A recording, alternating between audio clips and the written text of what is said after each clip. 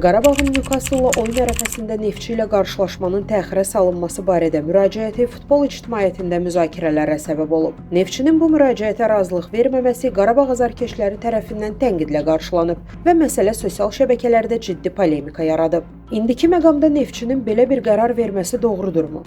Qlobal Infoza danışan idman eksperti Natiq Muxtarlı deyib ki, peşəkar baxımdan yanaşsaq, əlbəttə Neftçinin Qarabağa yox deməsi tamamilə normaldır və dünyanın əksər ölkələrində bu praktika mövcuddur. Stat.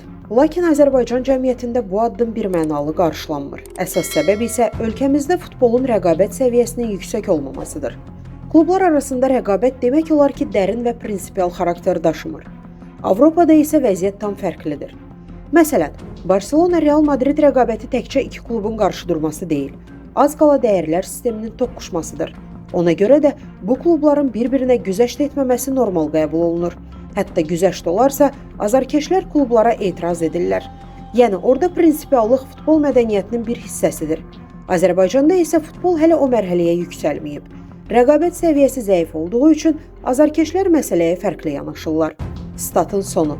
Yazını tam halda şərhdəki linkdən oxuya bilərsiniz. Əziz izləyicilər, xəbərlərdən məlumat əldə etmək üçün kanalımıza abunə ola bilərsiniz.